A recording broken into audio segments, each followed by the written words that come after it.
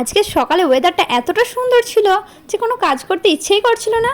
বেশ কিছুদিন খুব গরম সহ্য করেছি, কিন্তু এই গরমের পরে যখন বৃষ্টির দেখা মিললো তখন আর কাজ করতে ইচ্ছে করে বলো? কিন্তু শুধু বৃষ্টি উপভোগ করলে কি চলবে, পেটটাও তো আছে। তাই সকাল সকাল আমি প্রথমেই বাবুর জন্য খাবার তৈরি করে নিলাম। ওর জন্য করেছিলাম ওটস, তার সঙ্গে দুধ আর খেজুর দিয়েছিলাম।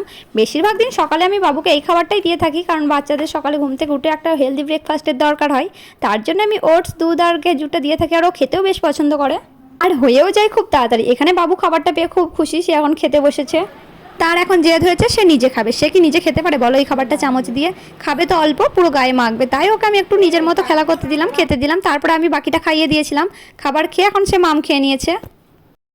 খাওয়া দাওয়া সেরে আমার পুচকুটাকে নিয়ে এসেছিলাম একটু ছাদে। সারা রাত যে বৃষ্টি হয়েছে সেই বৃষ্টিটাই উপভোগ করতে ওকে আমি নিয়ে এসেছিলাম। আর সে তো বৃষ্টির পানি পেয়ে পায়ে খুব খুশি। বৃষ্টি শুধু আমাদেরই পছন্দ নয়, বৃষ্টি কিন্তু গাছদেরও খুব পছন্দ। তাই তো বৃষ্টির পানি পেয়ে গাছগুলো এতটা সুন্দর ফুটে উঠেছে। আর বৃষ্টিতে চারিপাশের ওয়েদারটাও খুব সুন্দর লাগছে, চারিদিক ভেজা ভেজা। আমার তো খুব ভালো লাগে বৃষ্টি।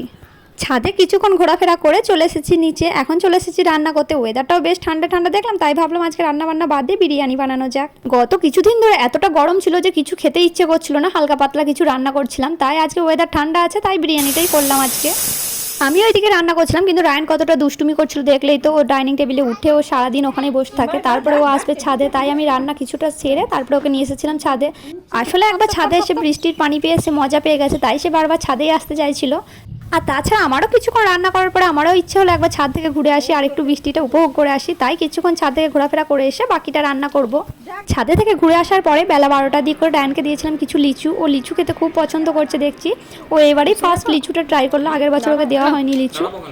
লিচু তো আর বেশি দিন থাকবে না, তাই যে কিছুদিন থাকে সেই কিছুদিন ও খেয়ে নেয়। এই টাইমটা আমি ওকে সাধারণত যে কোনো একটা ফল দিয়ে থাকি। রায়ানের এখন জেদ, সে এখন নিজে লিচু খাবে, কিন্তু গলায় যদি লেগে যায় বলো, বাচ্চা ছেলে ওকে কি দেওয়া যায়? তাই আমি ওকে ওর হাতটা সরিয়ে দিয়ে আমি খাইয়ে দিলাম। ওকে খাইয়ে দেওয়ার পরে আমি বিরিয়ানিটা এখানে সাজিয়ে নিলাম। সাজানোর পরে আমি এখানে বিরিয়ানিটা তাওয়া দিয়ে ওকে গোসল করাতে চলে গিয়েছিলাম।